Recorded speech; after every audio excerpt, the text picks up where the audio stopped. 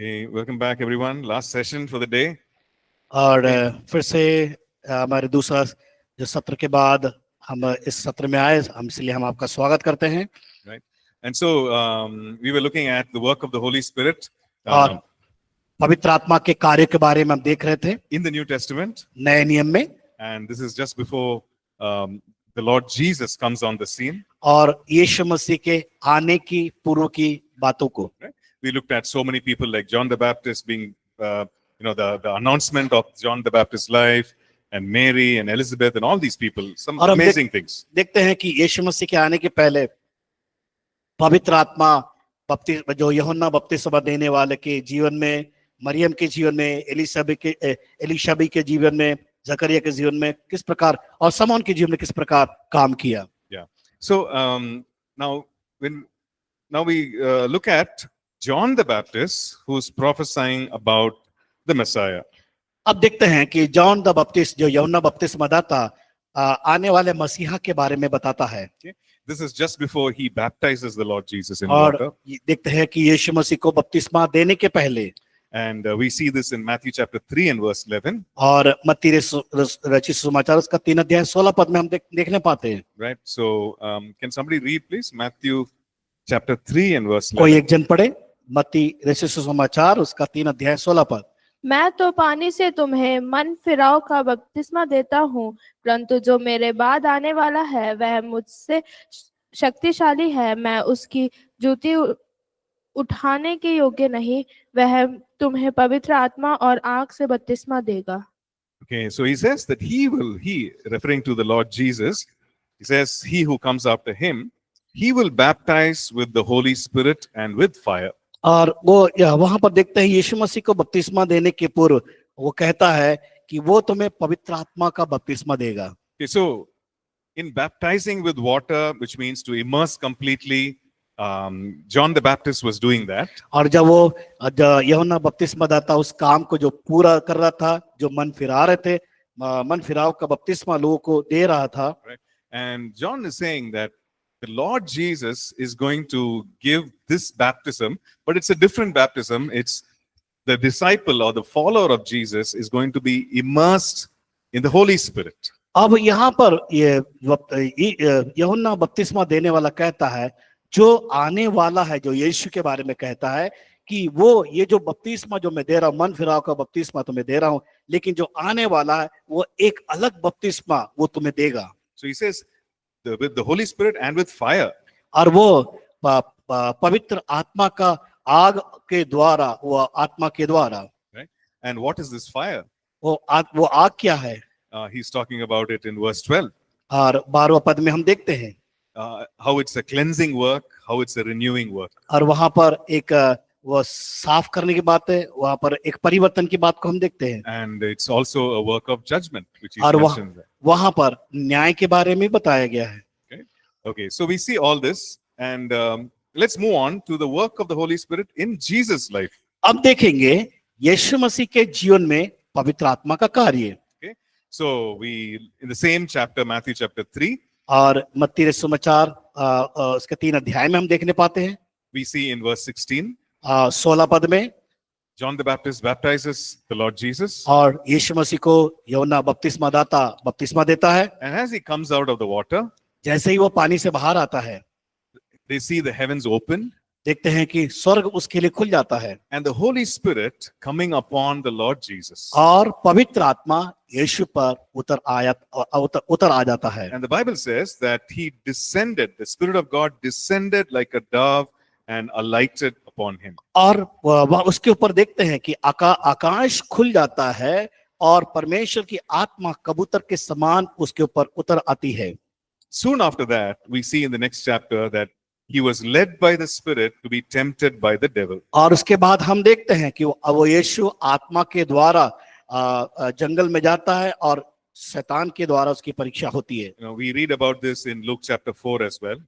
और लूका रचित सुसमाचार 4 अध्याय में भी हम देखने पाते हैं। We see how he was tempted by the devil. और वो कैसे शैतान के द्वारा वो परीक्षा उसकी की गई and how he overcame every temptation. और कैसे हर एक परीक्षाओं से वो बाहर निकला। So every temptation he overcame with the word. और हम देखते हैं हर एक परीक्षाएं से वो विजय को प्राप्त किया, वो है परमेश्वर के वचन। So we can say that, yeah, the Holy Spirit led him to be tempted by the devil so that he can overcome the devil. और शैतान के द्वारा उसकी परीक्षा की गई, लेकिन हम देखते हैं कि पवित्र आत्मा के द्वारा उसने अगुवाई को पाया। So the Holy Spirit actually led him to overcome the temptation of पवित्र the आत्मा enemy. पवित्र आत्मा उसकी अगुवाई किया, उससे बाहर निकलने के लिए शैतान के द्वारा जो परीक्षा की गई थी। And after that, we see in Luke chapter 4 and verse 14 that और- he returned in the power of the Holy Spirit to Galilee. और हम देखते हैं लूका रचित सुसमाचार का 4 अध्याय 14 पद में कि वो यीशु पवित्र आत्मा की सामर्थ से भरकर गलील की ओर निकल पड़ा। Right? So he overcame the temptation हम देखते हैं वो परीक्षा से बाहर निकला and he went back to his ministry in Galilee, और वो गलील में सेवा के लिए गया and he went in the power of the Holy Spirit. और वो पवित्र आत्मा की सामर्थ में होकर चला। Then we read about his ministry. अब हम उसकी सेवकाई के बारे में हम देखते हैं, You know, all that he did, all that he spoke. जो कुछ उसने किया, जो कुछ उसने बातचीत किया, And this was done by the power of the Holy और Spirit. ये सब कुछ पवित्र आत्मा के सामर्थ के द्वारा किया गया। And in Acts chapter 10, verse 38, और प्रेरितों काम की पुस्तक okay, can somebody read that please? Acts chapter 10 and verse 38.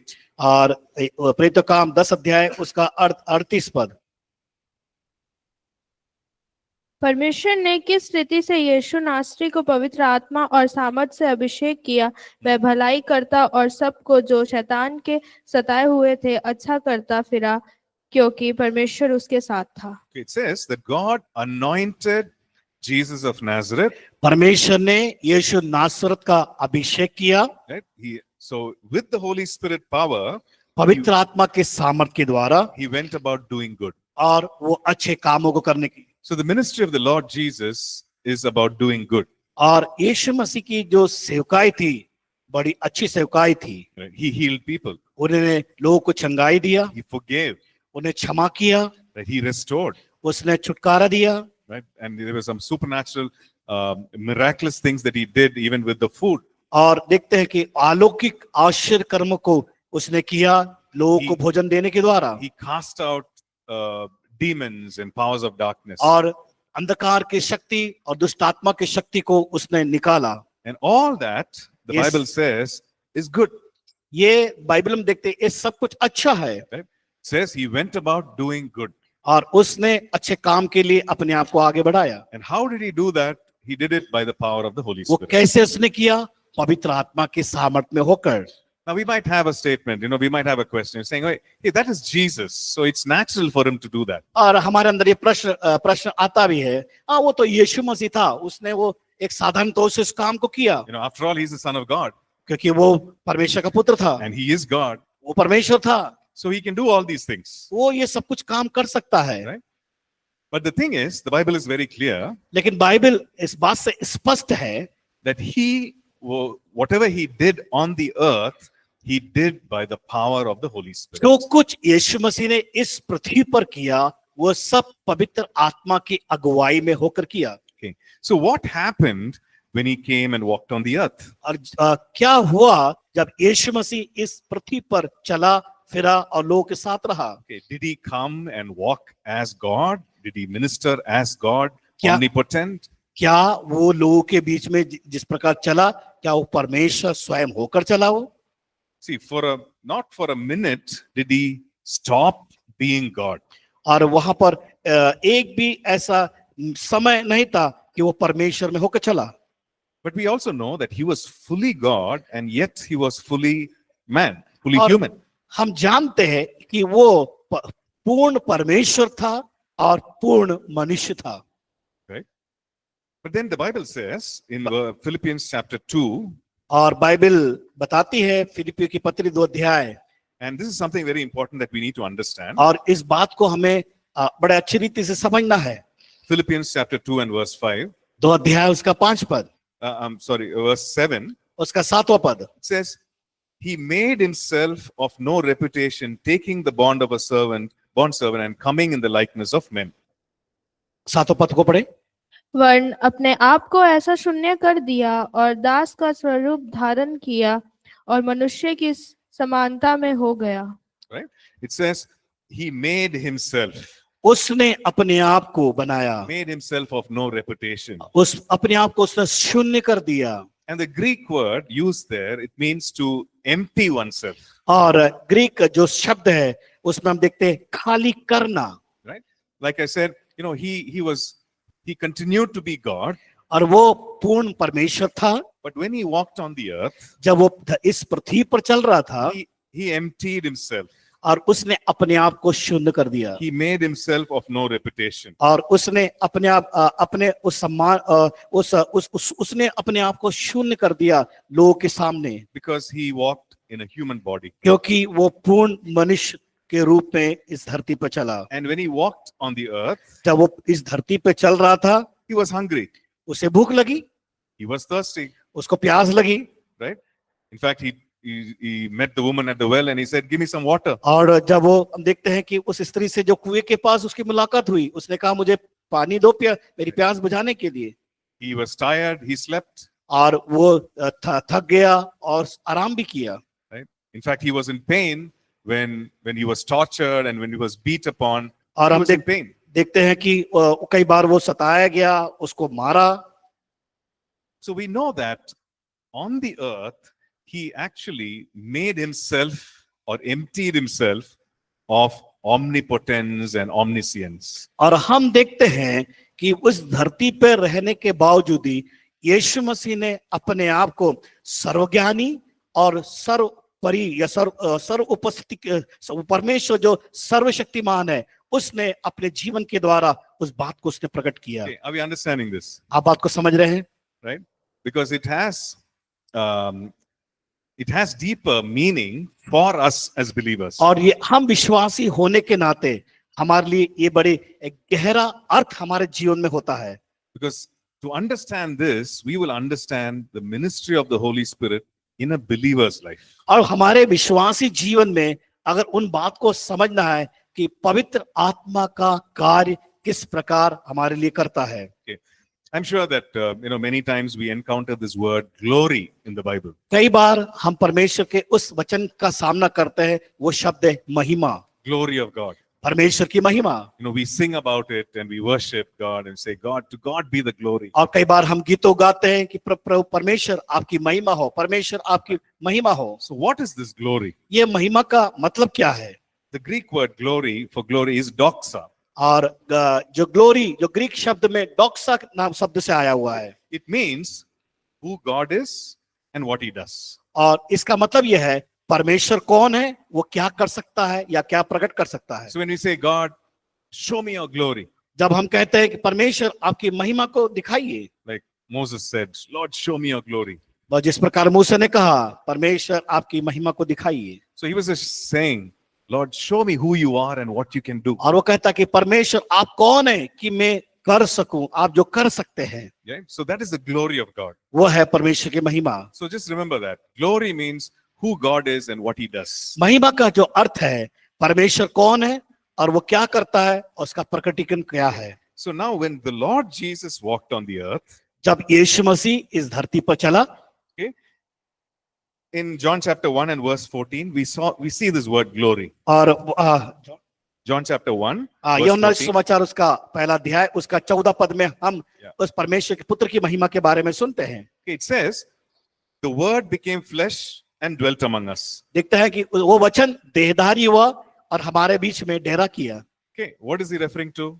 उसका मतलब क्या है, वहां किस बात को बता रहा है? Who is the word who became flesh? वो कौन सा वचन था जो हमारे बीच में देहधारी हुआ?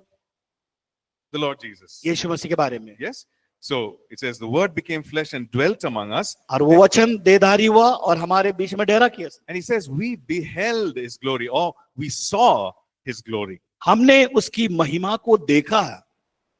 And he goes on to say the glory as of the only begotten of the Father, full of grace and truth. और देखते हैं वो एकलौता पुत्र जो परमेश्वर की महिमा को उसके पुत्र के द्वारा प्रकट करता है, उसके इस यीशु मसीह के इस पृथ्वी में रहने के द्वारा। So John is saying, hey, he dwelt among us, he became flesh, he dwelt among us, and we saw his glory, we saw who he was, and we saw what he did. और वहां पर यूहन्ना इस बात को बताता है कि हमने उसकी महिमा को देखा, वो कैसे हमारे बीच में डेरा किया और वो किस प्रकार कार्य किया। Okay? But this glory was not the same glory that was there that Jesus had at creation. और वो महिमा को हम देखते हैं जो सृष्टि के समय प्रभु यीशु मसीह स्वयं पिता में होकर उस कार्य में सहभागी रखा। At creation, we know that he was omnipotent, omniscient, and what is the other word? Ever-present God. और हम देखते हैं उस सृष्टि में वो परमेश्वर उपस्थित रहा, सर्वोपरि रहा, सब जगह रहने वाला परमेश्वर के बारे में हम देखते हैं, अनुभव करते हैं। But this glory that he walked in on the earth was different. ये जब महिमा जब इस धरती पे था वो अलग था, बहुत ही अलग हटके था पुराने नियम से। And why do we say that? क्यों हम उसको कहते हैं? Because in the words of the Lord Jesus, परमेश्वर प्रभु यीशु के उस वचन में in John chapter 17 and verse 5, 17 यूहन्ना रचित सुसमाचार 17 अध्याय उसके 22 पद में हम देखने पाते हैं। this is what he prays to for the Father. और ये परमेश्वर पिता से वो परमेश्वर की स्तुति करते हुए प्रार्थना कर रहा है। Right? Can somebody read that? John 17 verse 5. कोई एक जन पढ़े 17-22 यूहन्ना।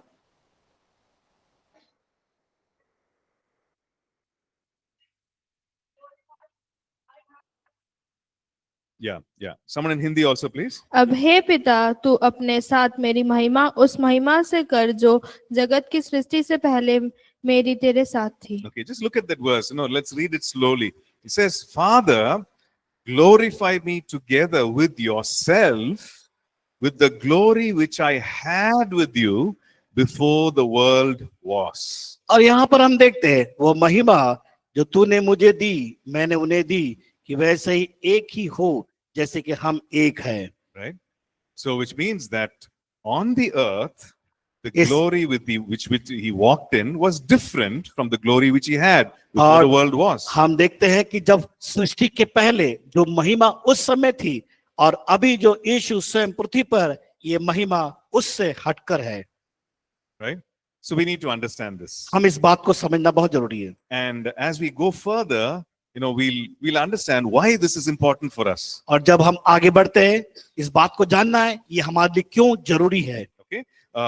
And then in verse 22 of that same chapter, और उसी अध्याय का 22 पद को हम देखते हैं। the Lord prays and he says, the glory which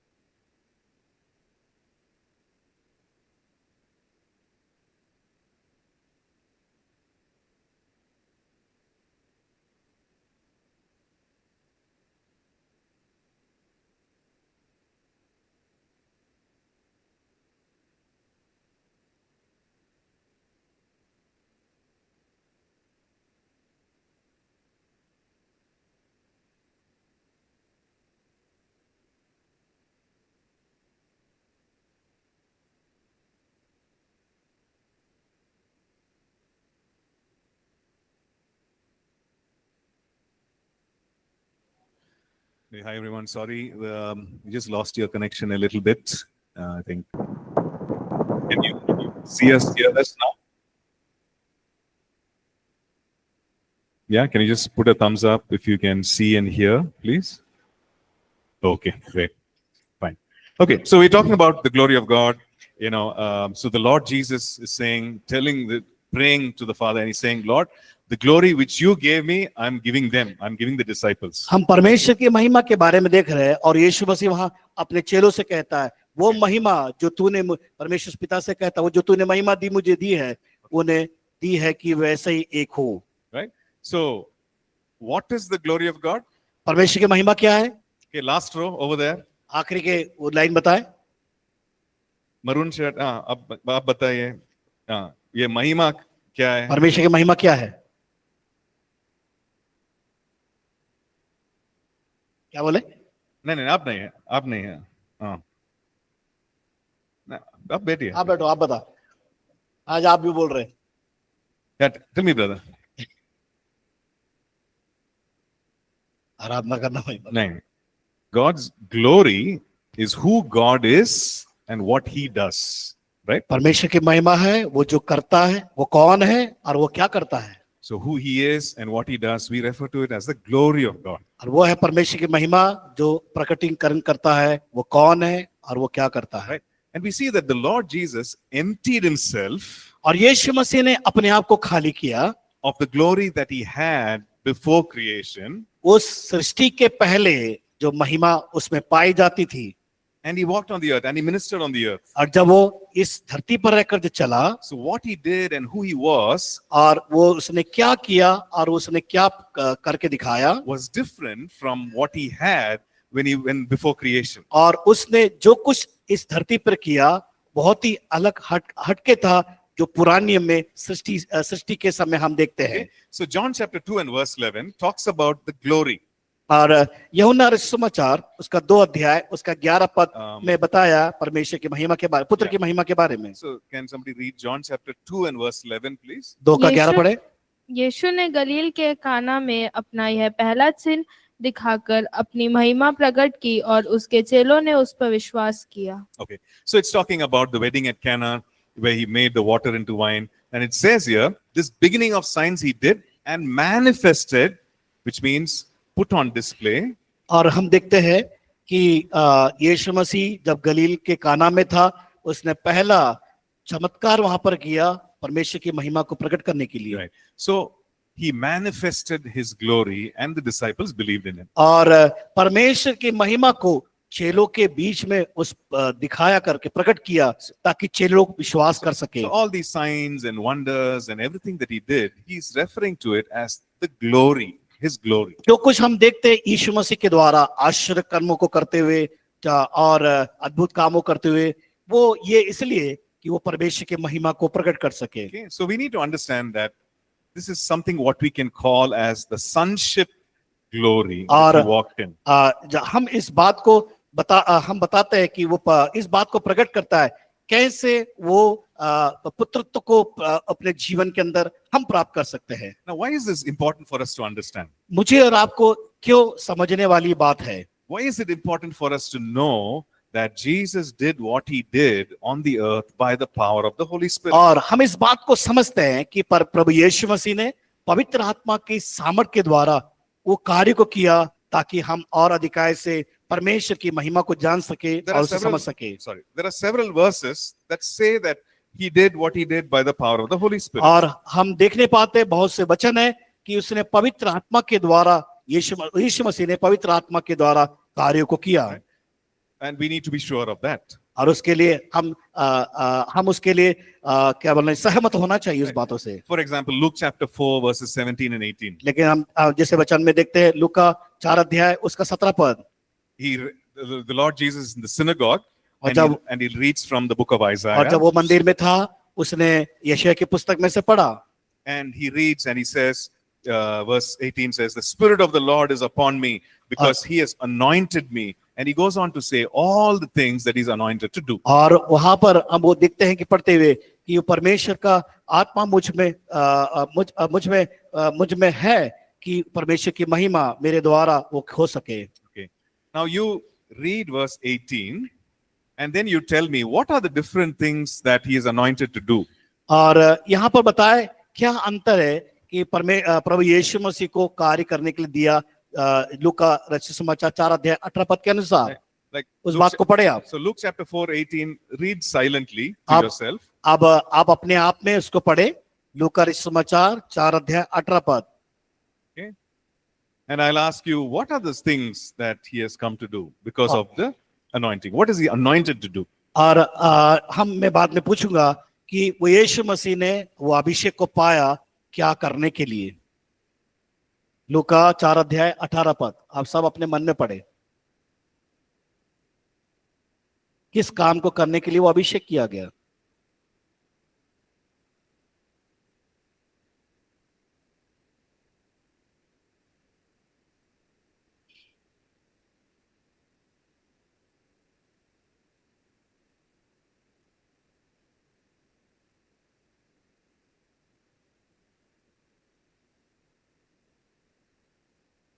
Okay.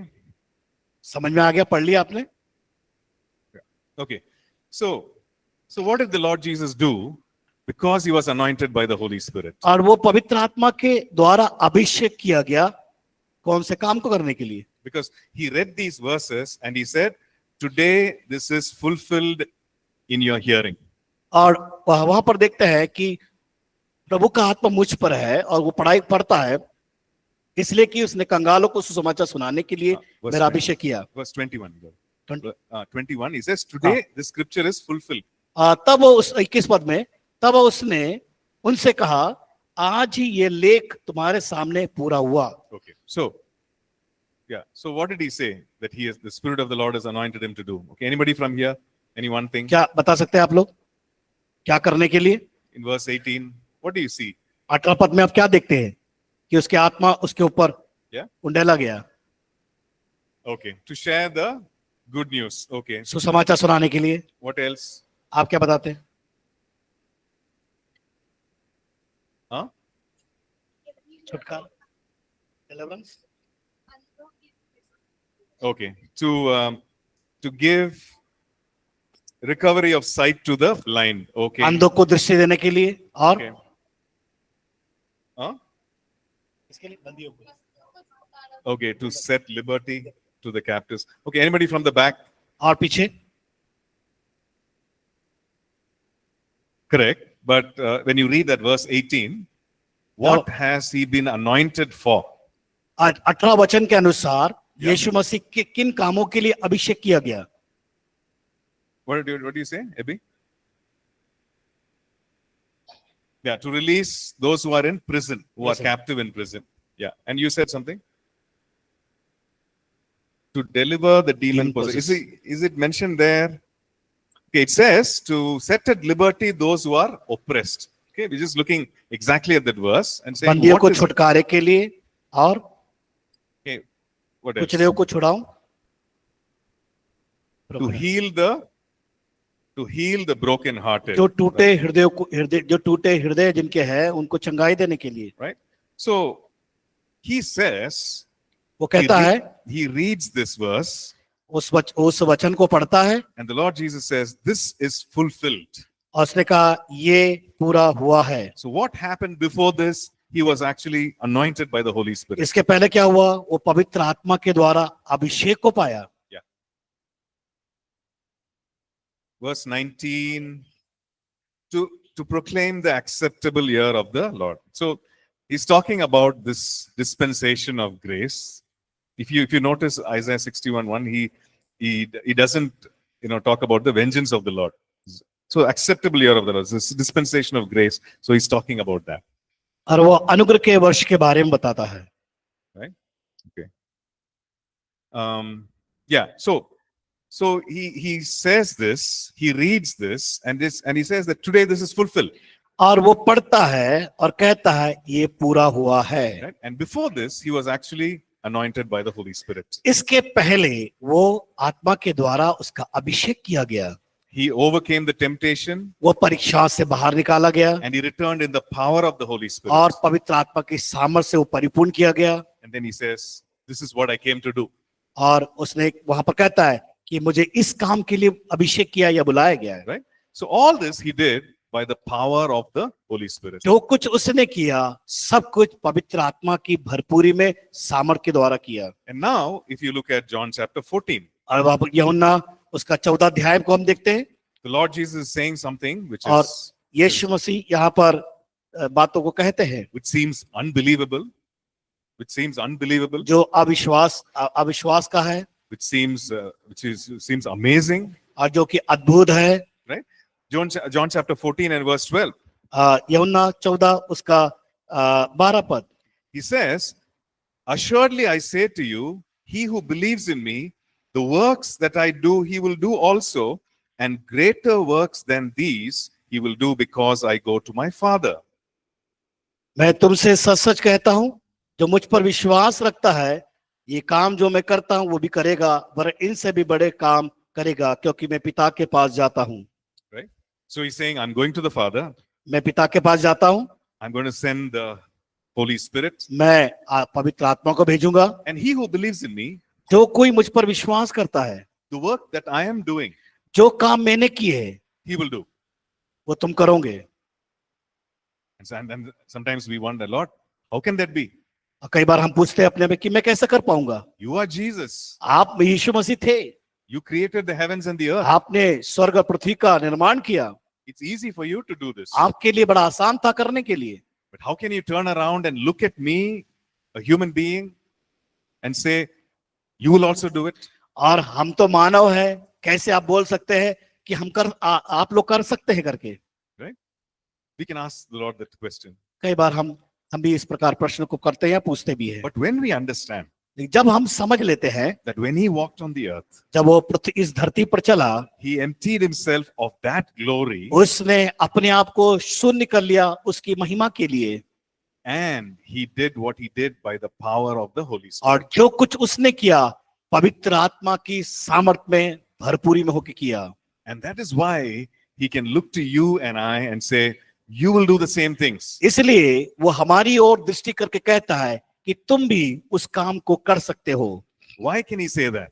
क्यों इस प्रकार कहता है? Because he has given us the same Holy Spirit. क्योंकि उसने हमें वही आत्मा हमारे जीवनों के अंदर दिया है। Not a different Holy Spirit. वो पवित्र आत्मा कोई अलग नहीं है, Same Holy Spirit. वही पवित्र आत्मा जो यीशु मसीह के साथ था। Right? The same Holy Spirit that we read about in the Old Testament. और जो आत्मा के बारे में हमने पुरानी नियम में उसके बारे में पढ़ते हैं, The same Holy Spirit whom we read about in the New Testament. और वही पवित्र आत्मा जो हमने नए नियम में शुरुआत में हमने देखा। The Lord Jesus, he baptizes us with this same Holy Spirit. और वो यीशु मसीह वो ही आत्मा के द्वारा पवित्र आत्मा का हमें बपतिस्मा देना चाहता है। And that is why he says, he who believes in me, जो कोई, और कहता है कि जो कोई मुझ पर विश्वास करता है, he will do the same things. वो वही कार्य जो मैंने किया वो तुम भी करोगे। And it's not because of our experience or talent or special abilities. वो हमारी कोई योग्यता और हमारे अनुभव के कार्य द्वारा नहीं। It's not because we have been believers for, maybe 20 years or 30 years. और हो सकता है हम उसके काम के द्वारा नहीं, जो हम 20 साल से 30 साल से विश्वास करते हो। The Lord Jesus is saying, you will do it because you believe in me. अगर तुम कर सकते हो, अगर तुम विश्वास करने के द्वारा, And what you do will be because of the power of the Holy Spirit. और जो तुम करोगे वो पवित्र आत्मा की सामर्थ में होकर। Amen. आमीन। Right? And that is why he's looking to you and I and is saying, you will do these things. और इसलिए मुझे और आपको देखकर कहता है कि तुम उस काम को पूरा कर सकते हो। And that's why we need to understand. It's important for us to understand और ये बहुत ही महत्वपूर्ण बात है हमें इन बातों को समझने के लिए, that the Lord Jesus, he walked on the earth and he did things on the earth by the power of the same Holy Spirit. और वो यीशु मसीह इस धरती पे रहा और इस धरती पे चला और पवित्र आत्मा की सामर्थ के द्वारा उसने काम को किए। Amen. आमीन। Is it believable? क्या यह विश्वास करने वाली बात है? Yes. Right? But sometimes we don't believe. कई बार हम विश्वास नहीं करते। We think, okay, the other person can do, but not me. हो सकता है हम इस प्रकार कहते हैं, दूसरा व्यक्ति कर सकता है, मैं नहीं कर सकता। The other person has been called to do it, not me. तो उस व्यक्ति को बुलाया है करने के लिए, मुझे नहीं। Right? But the fact is that the Lord Jesus has called each one of us to तथ्य believe in him. यह है कि जो कोई व्यक्ति उस पर विश्वास करता है वो कर सकता है।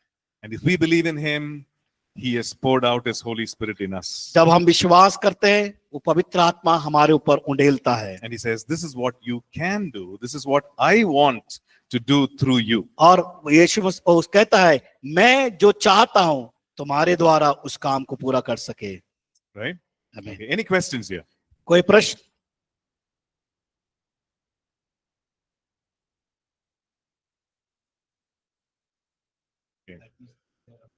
Yes. Okay, so this is something that we need to maybe, after this class also, just think about this. और आपको क्लास के बाद इन बातों पर विचार करना है, सोचना है। This is something amazing.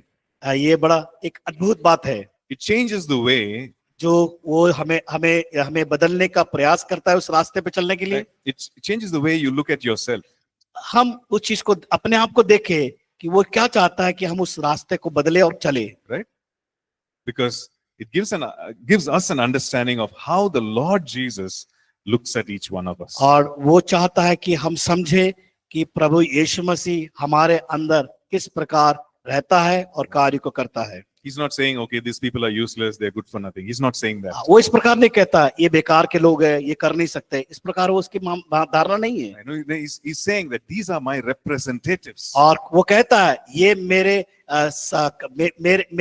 मेरे लिए कार्य करने के लिए ठहराए गए हैं। Right? I did those good things and now I want them to do these good works. मैंने अच्छे कामों को किए, अब मैं चाहता हूं ये लोग अच्छे काम करें। Right? So we need to, every time we look at, we read through the Gospels. और हम हमेशा ध्यान करें परमेश्वर के वचन को, सुसमाचार को पढ़ें। The Lord Jesus, he walked in purity and holiness. और किस प्रकार वो परमेश्वर पवित्रता में और शुद्धता में अपने जीवन को उसने बढ़ाया। He wants us to walk in purity and holiness. और वो परमेश्वर हमसे भी, वो प्रभु हमसे भी चाहता है हम भी स्पष्ट रीति से पवित्रता में और शुद्धिकरण में चले। Right? He walked in love and compassion. और वो प्रेम और दयालुता में अपने जीवन को व्यतीत किया। He wants us to walk in love and compassion. और हमारे जीवन से उस दयालुता को और प्रेम को चाहता है। He walked in forgiveness. और वो क्षमा करने के लिए चला। And he wants us to walk in forgiveness. मेरे और आपके जीवन से चाहता है कि हम भी इस काम को करें। And he did these signs and wonders and miracles and ministered to the people. और इसने यीशु ने लोगों के बीच में आश्चर्यकर्म अद्भुत काम लोगों के जीवन में किए। And he wants each one of us to do the same thing. और वो प्रभु हमसे चाहता है हमारे हर एक के जीवन से कि वो काम को हम अपने जीवन के द्वारा कर सके। Not to elevate ourselves, हम अपने आप को अलग ना करें, not to for us to walk in pride, और हम घमंड में अहंकार में ना चले, but walk in humility, लेकिन हमें नम्रता और दीनता में चलना है। knowing fully well that it is he, the Holy Spirit, who does these great things. और ये इस बात को हम जानते हैं कि वो पवित्र आत्मा हमारे जीवन में कार्य को करता है। Okay, so now let's look at some of the things that the Lord Jesus taught his disciples about the Holy Spirit. और हम देखते हैं कि पवित्र आत्मा के विषय में यीशु मसीह ने अपने चेलों को शिक्षा दिया। Okay, John chapter 3 verses 1 to 8. यूहन्ना 3 अध्याय उसका 8 पद। He's talking about how change happens, how a person is born again. और कैसा लोगों का जीवन बदलाव आता है, नए उद्धार को पाए हैं। And in his conversation with Nicodemus. और हम देखते हैं निकोदेमुस के जीवन में। Okay, and he's saying in verse 6, that which is born of the flesh is flesh, and that which is born of the spirit is spirit. वो एक जन पढ़े 3 अध्याय 3 and verse 6, somebody can read. या 6 पद को। क्योंकि जो शरीर से जन्मा है वह शरीर है, और जो आत्मा से जन्मा है वह आत्मा है। Why is the Lord Jesus saying this? क्यों यीशु प्रभु इस बात को कह रहा है? Because Nicodemus is asking a question. क्योंकि निकोदेमुस प्रश्न को पूछ रहा है। The Lord Jesus tells him, और प्रभु यीशु कहता है unless a man is born again, he cannot see the kingdom of God. जब तक वो आत्मा से जन्म न ले वो परमेश्वर के राज्य को नहीं दे सकता, प्रवेश नहीं कर सकता। So Nicodemus is asking, तो निकोदेमुस पूछता है how can a man be born again, once again? कैसे एक मनुष्य फिर से जन्म ले सकता है? So Nicodemus is thinking about physical birth. और निकोदेमुस वो अब शारीरिक तौर से उस मन में उस बात को विचार कर रहा है वो। Right? So he's talking about the natural, he's talking about the physical. He's saying, how can a man get into his mother's womb again and be born again? वो He's कह talking रहा है, about the physical. प्राकृतिक तौर से कह रहा है कि कैसे वापस वो एक व्यक्ति माता के घर में वापस जाकर जन्म लेगा। And the Lord Jesus answers and he's saying, it's not physical birth, but he's talking about the spiritual birth. यीशु मसीह वहां पर उसको समझा रहा है, शरीर से जन्म के बारे में नहीं, लेकिन एक आत्मा के जन्म के बारे में बताता है। And he's saying that which is born of the Holy Spirit or by the Holy Spirit, that is spirit. और वो कहता है जो आत्मा से जन्मा है और वो आत्मा है। Right? So this born again experience, और ये नया जन्म का जो अनुभव है, or a person is born again जो by व्यक्ति- the Holy Spirit. जो व्यक्ति पवित्र आत्मा के द्वारा नए जन्म को जो प्राप्त करता है, So a person is born again, it's because of the work of the Holy Spirit. और कई लोग जो नया जन्म को प्राप्त करते हैं पवित्र आत्मा के कार्यों के कारण। He said he taught other things also. In fact, about worship, he teaches in John chapter 4, verse 23-24. और दूसरी तरफ हम देखते हैं यीशु मसीह का आराधना के बारे में क्या सिखाता है। यूहन्ना 4 अध्याय उसका 23 पद। Yeah, can somebody read the verses कोई 23 and 24? 23 और 24 पद को पढ़े। परंतु वह समय आता है, वरन अब भी है, जिसमें सच्चे भक्त पिता की आराधना आत्मा और सच्चाई से करेंगे, क्योंकि पिता अपने लिए ऐसे ही आराधकों को ढूंढता है। परमेश्वर आत्मा है और अवश्य है कि उसकी आराधना करने वाले आत्मा और सच्चाई से उसकी आराधना करें। Okay. So he's talking about worship. He's teaching about worship here. और यहाँ पर देखते हैं यीशु मसीह आराधना के बारे में सिखा रहा है। And while teaching about worship, he's also teaching about the Holy Spirit. और जब आराधना के बारे में सिखाने के साथ साथ वो सिखा रहा आत्मा के पवित्र आत्मा के बारे में। And he's saying God is spirit, और वो कहता है कि वो परमेश्वर आत्मा है and those who worship must worship in spirit and truth. और अवश्य है उसकी आराधना करने वाले आत्मा और सच्चाई से करें, Right? So what Aradhana does it, करें। yeah. So what does it mean to worship in spirit? इसका मतलब क्या है आत्मा में आराधना करना? It means out of your innermost being, which is your spirit. और जो कि हमारे वो भावनात्मक से बाहर जो अलग हटकर है, जो आत्मा में होकर आराधना करती है। Okay, let's move on to another verse. Let's look at John chapter 6. हम अगला अध्याय को देखेंगे जो यूहन्ना 6 में पाया जाता है John chapter 6 and verse 63. और 6 अध्याय का 63वां पद। The Lord Jesus says, "It is the Spirit who gives life. और यीशु मसीह वहां पर कहता है आत्मा तो जीवनदायक है, The flesh profits nothing. शरीर से कुछ लाभ नहीं है। The words I speak to you are spirit and they are life." जो बातें मैंने तुझसे कही है वे आत्मा है और जीवन है। Again, here he's talking about spiritual life. यहाँ पर फिर से देखते हैं आत्मिक जीवन के बारे में कहता है And he's saying the Holy Spirit is the one who gives spiritual life. और वो यहाँ पर बताता है कि पवित्र आत्मा हमें एक आत्मिक जीवन को प्रदान करता है। And the very words that I speak, और हम वो जो शब्दों को वो कहता है, like the words that the Lord Jesus speaks, यीशु मसीह जो लोगों से उस बातों को जब कहता है या कह रहा था, and he says they are spirit and they are life. और कहता है कि वो आत्मा है और वो जीवन है।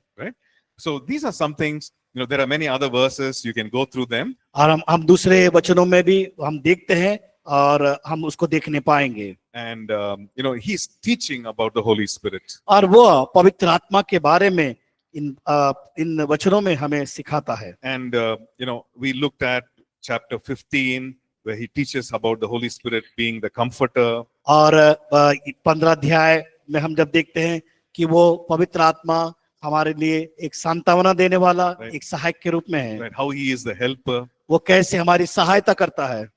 And in verse 16, chapter 16 also he says the same thing. और 16 अध्याय में भी वही बात को वहां पर बता रहा है। So these are some of the teachings of the Lord Jesus on the Holy Spirit. और ये शिक्षा है जो यीशु मसीह के द्वारा पवित्र आत्मा के बारे में बताता है। Right? So earlier we looked at how the Lord Jesus says the blasphemy about the Holy Spirit. और हम देखते हैं कि यीशु मसीह ने किस प्रकार पवित्र आत्मा के उस कार्य के बारे में यह प्रकट किया। So all these things he taught. उसने इस सारी बातों को सिखाया जो उसने अपने जीवन में पाया। Now, when we look at the work of the Holy Spirit in Christ's death and resurrection, we see that the Holy Spirit has played a role in that also. और हम देखते हैं कि यीशु मसीह के उस पुनरुत्थान में मृत्यु में और पुनरुत्थान में उस आत्मा ने किस प्रकार पवित्र आत्मा ने किस प्रकार कार्य को उसके जीवन में किया। Let's look at 1 Timothy chapter 3. हम देखेंगे पहला तीमुथियुस 3 अध्याय का 16 पद में। It says, can somebody read it please? 1 Timothy chapter 3 and verse 16. कोई एक जन पढ़े। इसमें संदेह नहीं कि भक्ति का भेद गंभीर है, अर्थात वह जो शरीर में प्रकट हुआ, आत्मा में धर्मी ठहरा, स्वर्गदूतों को दिखाई दिया, अन्य जातियों में उसका प्रचार हुआ, जगत में उस पर विश्वास किया गया और महिमा में ऊपर उठाया गया। Okay. So it talks about how the Lord was manifested in the flesh and he was justified in the Holy Spirit. देखते हैं हम शरीर में वो कैसा, जो वो शरीर में कैसा प्रकट हुआ और आत्मा में वो धर्मी ठहरा। Right? And that word, justification, it talks about the work of justification, meaning how he was crucified and how he rose again. और हम देखते हैं कि वो धार्मिकता के बारे में किस प्रकार उसे क्रूस पर चढ़ाया गया और किस प्रकार उसने मृत्यु पर जय को प्राप्त किया। Okay? And several other verses talk about his resurrection and all that. बहुत और भी वचन जो है यीशु मसीह के पुनरुत्थान के बारे में बताती है। So this is how how the Holy Spirit worked in the New Testament in the life of Jesus. और हम देखते हैं कि किस प्रकार पवित्र आत्मा अपने कार्य को करता है और हम यीशु मसीह के जीवन में देखते हैं उस कार्य को। Right? But something important that we learned today और हमने बहुत ही महत्वपूर्ण बातों को आज हमने सीखा is that the Lord Jesus wants us to have the work of the Holy Spirit in our daily lives. हमारे दैनिक जीवन में परमेश्वर चाहता है उस पवित्र आत्मा के कार्यों का अनुभव करे, उस पवित्र आत्मा के कार्यों में चले। Right? And that work of the Holy Spirit is just like how the Holy Spirit worked in the life of Jesus. और हम उस पवित्र आत्मा में होकर चले, इस बात को समझे कि किस प्रकार यीशु मसीह पवित्र आत्मा के अनुसार चला और उन्होंने कार्य को किया। And so we need to get a grasp of that. और अब क्या हमें क्या करना है, उसको हम पकड़ना है और उसमें बढ़ना है। Okay, so we'll stop here हम यहाँ समाप्त करेंगे and let's pray before we प्रा- close. प्रार्थना करेंगे। So you go ahead and pray and submit yourself to God. आप Let's do that. आप अपने जीवन को समर्पित करें प्रार्थना जब करते हैं, And let's just talk to the Lord and say, Lord, all that you want the Holy Spirit to do in me, और प्रभु से कहे, प्रभु आप मेरे जीवन से क्या चाहते, जो पवित्र आत्मा के द्वारा आपने किए उस चीज को मुझे प्रकट कर मुझे बताइए। and all that you want the Holy Spirit to do through me, Lord, do it, Lord. जो कुछ आप करना चाहते हैं प्रभु मेरे द्वारा मेरे जीवन में पवित्र आत्मा के द्वारा होने पाए। So you get to be sincere with God right now. हम परमेश्वर के सम्मुख एक बड़े स्पष्ट रीति से और गंभीरता से हम उसके सामने आए। You know, you don't have to pray any, pretend prayers, but be real with God. और हम कोई ऐसी प्रार्थना नहीं करें, एक सच्ची प्रार्थना हम परमेश्वर प्रभु से कहें And say, Lord, all that you want the Holy Spirit to do in me, do it, Lord. और प्रभु जो कुछ आप चाहते पवित्र आत्मा के द्वारा वो मेरे द्वारा होने पाए। Just go ahead and pray that. हम आगे बढ़े, हम अपने आप को तैयार करें, उसके लिए प्रार्थना करें, Yes, Lord. Everything. अपने आप को तैयार करें। Everything. Thank you Jesus, Everything, धन्यवाद प्रभु जी। everything, all that you जो plan, कुछ Father, चाहते हैं, जो कुछ all मेरे that you जीवन चाहते हैं, desire, Jesus. प्रभु आपकी इच्छा Through है your उसको Spirit, God, in me, Father God. आप पिता Change परमेश्वर me, God. Strengthen, empower, cleanse, God.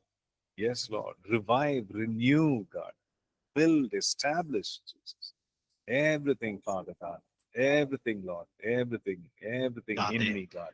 यीशु Everything. सहायता कर, Hallelujah. सहायता कर। Now just go ahead and pray, Lord, all that you want the Holy Spirit to do through me, Lord. और आप इस प्रकार कहे, परमेश्वर प्रभु आप जो क्या चाहते हैं मेरे जीवन से उसको पवित्र आत्मा के द्वारा कराइए, Yes, just मेरे जीवन के द्वारा करिए। I just want कहे, to invite you to do that. उसको हम आमंत्रित करें, निमंत्रण दे, उसको आमंत्रित करें हमारे जीवन में और कहे, मांगे पवित्र आत्मा से, प्रभु से कहे। Yes, Father. Thank God. You Jesus. Yes, Lord. Thank you, Jesus. Thank you, God. Thank you, Master. Thank you, Father God. Yes, Lord, all that you want through me, Jesus. I open my heart. I open my life to you, God. धन्यवाद यीशु। Hey, we will say, I surrender, Lord. We submit, God. Yes, Lord. Hey, we will send it in. Oh, Lord, we will send it in. Thank you, Lord. Father, we thank you for this time in your presence, God. प्रभु हम धन्यवाद करते हैं इस समय के लिए जो आपकी उपस्थिति के लिए। Lord, we thank you that you hear all our prayers. You know everything within us, God. प्रभु हम आपके पास आते और आप हमें जानते हमें क्या चाहिए। And we thank you that you will answer all our prayers, God. प्रभु जी, हमने जो कुछ आपके सम्मुख रखा, आप उसका प्रति उत्तर हमें देने वाले हैं। We thank you for being with us. हम धन्यवाद करते हैं आप हमारे साथ रहें। We thank you for changing us. प्रभु, आप हमारे जीवन को बदल रहे हैं। We thank you for all that you have for us in the days ahead, Lord. जो कुछ प्रभु आपके पास है आने वाले दिनों में, We give you all the praise and glory. प्रभु हम आपको महिमा देना चाहते हैं। In Jesus' matchless name we pray. यीशु मसीह के हम नाम से मांगते हैं, Amen. आमीन। Amen. आमीन। Amen. Okay, thanks everyone. We'll meet tomorrow. God bless. धन्यवाद आप सबको, फिर कल हम फिर मिलेंगे।